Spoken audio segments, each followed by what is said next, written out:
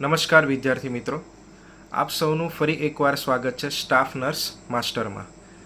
હવે આગળનો વિડીયો તમે જોયો હશે તેવી આશા છે કે સ્ટાફ નર્સ પરીક્ષામાં કઈ રીતે તૈયારી કરવી અને કઈ બુક વાંચવી જોઈએ તે વિશેનો વિડીયો ચેનલ પર અપલોડ કરેલો છે.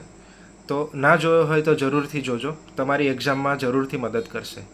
હવે આજના વિડીયોમાં આપણે જોવાનું છે કે સાયકેટ્રિક નર્સિંગમાં અમુક ટોપિક્સ સ્ટાફ નર્સની પરીક્ષામાં વારંવાર રિપીટ થતા હોય છે અને અમુક ક્વેશ્ચન વારંવાર દર વર્ષે રિપીટ થતા હોય છે.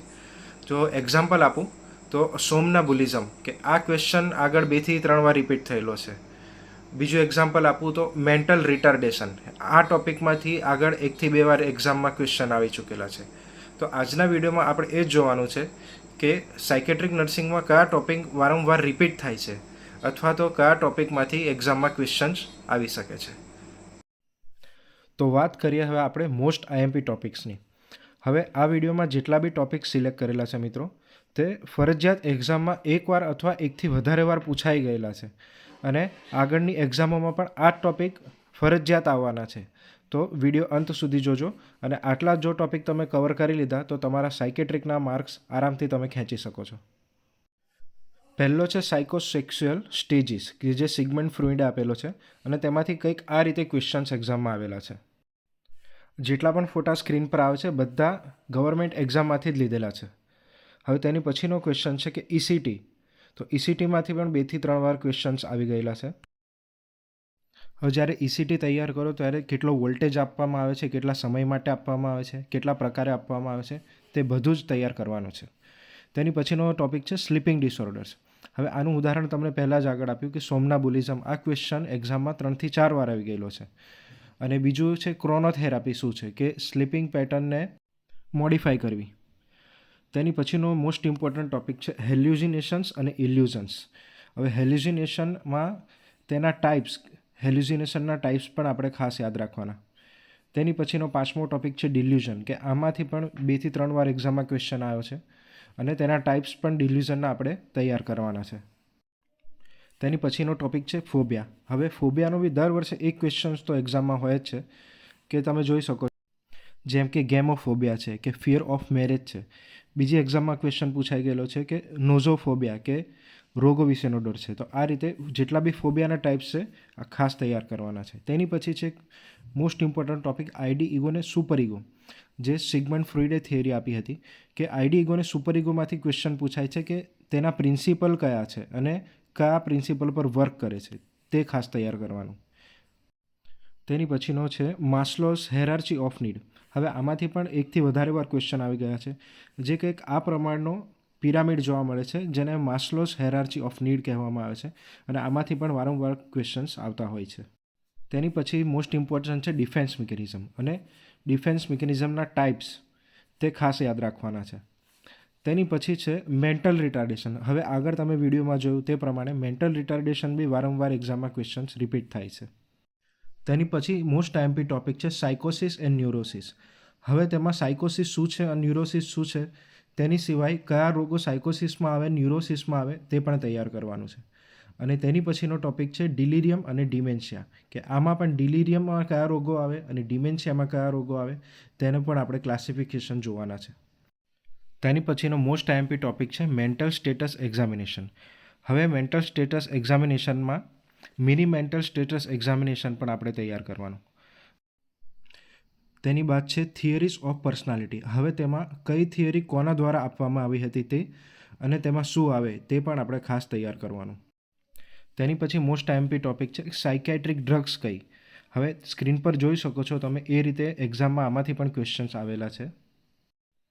તો સાયકેટ્રિક ડ્રગ્સમાં કે એન્ટી ડિપ્રેશન ડ્રગ કઈ છે, કે એન્ટી સાયકોટ્રિક ડ્રગ કઈ છે, તેના ટાઈપ્સ પણ આપણે તૈયાર કરવાના છે. અને તેની સિવાય કે ડ્રગ ઓફ ચોઇસ, કયા રોગમાં ડ્રગ ઓફ ચોઇસ કઈ આવે. એક્ઝામ્પલ તરીકે મેનિયામાં ડ્રગ ઓફ ચોઇસ છે લિથિયમ, તો આ રીતની ડ્રગ ઓફ ચોઇસ પણ સાયકેટ્રિક ડ્રગ્સમાં તૈયાર કરવાની છે. હવે તેની પછીનો મોસ્ટ આઈએમપી ટોપિક છે આઈસીડી અને DSM classifications of psychiatric disorders. હવે તેમાં આપણે ક્લાસિફિકેશન ICD-10માં F00 થી F99 સિરીઝ સુધી સાયકેટ્રિક ડિસઓર્ડર આપેલા છે અને આઈસીડીનું ફૂલ ફોર્મ છે ઇન્ટરનેશનલ ક્લાસિફિકેશન ઓફ ડિઝીઝ. તો આ આખું આપણે તૈયાર કરવાનું છે કે જેમાં એવું પણ પૂછાઈ શકે કે મૂડ ડિસઓર્ડર્સ કઈ સિરીઝમાં આવેલા છે, જે છે F30 to F39, અથવા તો સ્ક્રિઝોફેનિયા કઈ સિરીઝમાં આવેલા છે F20 to F29. તેની પછીનું ક્લાસિફિકેશન છે DSM-5, કે જેમાં 5 પ્રકારે રોગોને ક્લાસિફિકેશન કરવામાં આવે છે. હવે આનું ફૂલ ફોર્મ ઓલરેડી આપણી એક્ઝામમાં પૂછાઈ ચૂકેલું છે, કે જેનું ફૂલ ફોર્મ છે ડાયગ્નોસ્ટિક એન્ડ સ્ટેટિસ્ટિકલ મેન્યુઅલ. તો આ પણ તૈયાર કરવું જરૂરી છે. તેની પછીનો ટોપિક છે એરિક્સન્સ થિયરી ઓફ સાયકોસોશિયલ ડેવલપમેન્ટ. તો કંઈક આ પ્રમાણે એમાંથી ઓલરેડી આપણી એક્ઝામમાં ક્વેશ્ચન્સ આવી ચૂકેલા છે. તો આ થિયરી પણ મોસ્ટ આઈએમપી છે, કે આમાંથી પણ આગળ એક્ઝામમાં ક્વેશ્ચન્સ આવી શકે છે. તેની પછી મોસ્ટ આઈએમપી ટોપિક છે મિત્રો સાયકેટ્રિક ડિસઓર્ડર્સ, કે આમાંથી આપણી એક્ઝામમાં વારંવાર ક્વેશ્ચન્સ આવેલા છે.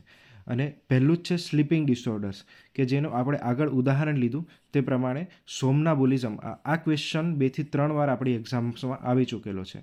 તો એવી જ રીતે જેટલા બી ડિસઓર્ડર ભણવાના છે એમાં બહુ ડીપમાં નથી જવાનું, પણ કયા ડિસઓર્ડરમાં શું જોવા મળે છે તે ખાસ યાદ રાખવાનું છે. તેની પછી છે most important topic eating disorders, કે જેના આપણે ઉદાહરણ લઈએ તો એનોરેક્સિયા નર્વોસા છે, બુલિવિયા નર્વોસા છે. આમાંથી પણ ક્વેશ્ચન્સ આવેલા છે. અને તેની પછી છે ચાઇલ્ડહુડ ડિસઓર્ડર્સ, કે જેમ કે thumb sucking, temper ટેન્ટ્રમ, bed waiting છે, કે આ પ્રકારે પણ એક્ઝામમાં ક્વેશ્ચન્સ આવેલા છે. તેની પછી છે મૂડ ડિસઓર્ડર્સ, અને તેની પછી છે લર્નિંગ ડિસઓર્ડર્સ, કે આ બંનેમાંથી એક્ઝામમાં ક્વેશ્ચન્સ પૂછાઈ શકે તેમ છે. હવે આગળ મોસ્ટ આઈએમપી ટોપિક છે સ્પીચ ડિસઓર્ડર્સ, જેના ઉદાહરણ લઈએ તો ઇકોલેલિયા છે, ઇકોપ્રેક્સિયા છે, અથવા બર્બિગ્રેશન છે. તો આ પ્રકારે સ્પીચ ડિસઓર્ડર્સ પૂછાઈ શકે છે. તેની પછી મોટર ડિસઓર્ડર્સ છે, સેક્સ્યુઅલ ડિસઓર્ડર્સ છે, સબસ્ટેન્સ યુઝ ડિસઓર્ડર્સ છે, જેમ કે આલ્કોહોલિઝમ, ડ્રગ એબ્યુઝ. એની પછી મેમરી ડિસઓર્ડર્સ છે, જેમ કે અલ્ઝાઇમર્સ ડિસીઝ, એમ્નેશિયા. આ બધામાંથી જ એક્ઝામમાં ક્વેશ્ચન્સ આવી શકે છે. તેની પછીના મોસ્ટ આઈએમપી ટોપિક્સ છે ડિપ્રેશન, સ્ક્રિઝોફેનિયા, સાયકેટ્રિક ઇમરજન્સીસ, કે આ બધામાંથી પણ આપણી એક્ઝામમાં ઓલરેડી ક્વેશ્ચન્સ પૂછાયેલા છે અને આગળની એક્ઝામોમાં પણ આવી શકે છે. હવે બીજો ઇમ્પોર્ટન્ટ ટોપિક આપણે યાદ રાખવાનો છે કે ઇમ્પોર્ટન્ટ યર્સ કયા છે. એક્ઝામ્પલ તરીકે ઇન્ડિયન લ્યુન્સી એક્ટ ક્યારે પાસ થયો હતો, તો કે 1912. ઇન્ડિયન મેન્ટલ હેલ્થ એક્ટ ક્યારે આવ્યો હતો, તો કે 1987. હવે તમે ફોટોમાં જોઈ શકો છો કે આગળ એક્ઝામમાં ક્વેશ્ચન આવી ગયેલો છે કે ધ ઇન્ડિયન લ્યુન્સી એક્ટ કઈ સાલમાં પાસ થયો હતો, તો તેમાં જવાબ આવે છે 1912. તેવી જ રીતે બીજો ઉપરનો ક્વેશ્ચન છે કે સાયકોસિસની સારવાર માટે ECT પહેલીવાર ક્યારે વપરાયું હતું, તો તેમાં જવાબ આવે છે 1938. તો આ રીતના યરમાંથી પણ ઘણીવાર એક્ઝામમાં ક્વેશ્ચન્સ આવે છે. અને તેની સિવાય પર ઇમ્પોર્ટન્ટ ડેઝ, જેમ કે વર્લ્ડ મેન્ટલ હેલ્થ ડે, જે ઉજવવામાં આવે છે 10 ઓક્ટોબરે. બીજું ઉદાહરણ લઈએ તો વર્લ્ડ સ્કિઝોફ્રેનિયા ડે, કે જે ઉજવવામાં આવે છે મે 24. તો આ ક્વેશ્ચન આપણી ગવર્મેન્ટ એક્ઝામમાં બી પૂછાઈ ગયેલો છે કે વિશ્વ સ્કિઝોફ્રેનિયા દિવસની ઉજવણી કયા દિવસે થાય છે, તો જવાબ આવે છે બી, 24 મે. તો આ રીતે ઇમ્પોર્ટન્ટ યર્સ અને ઇમ્પોર્ટન્ટ ડેઝનો પણ અલગથી એક ટોપિક તૈયાર કરવો જોઈએ. હવે જો વિડીયો સારો લાગ્યો હોય તો વિડીયોને લાઇક કરજો અને ચેનલને સબસ્ક્રાઈબ જરૂરથી કરજો, તથા તમારા તૈયારી કરતા બીજા મિત્રોને પણ વિડીયો શેર કરજો. અને આગળ જતાં આ ચેનલ પર આપણે જેટલા પણ ટોપિક ડિસ્કસ કર્યા છે તેનો અલગથી વિડીયો આવવાના છે, તો ચેનલને જોઈન જરૂરથી કરજો. Thank you.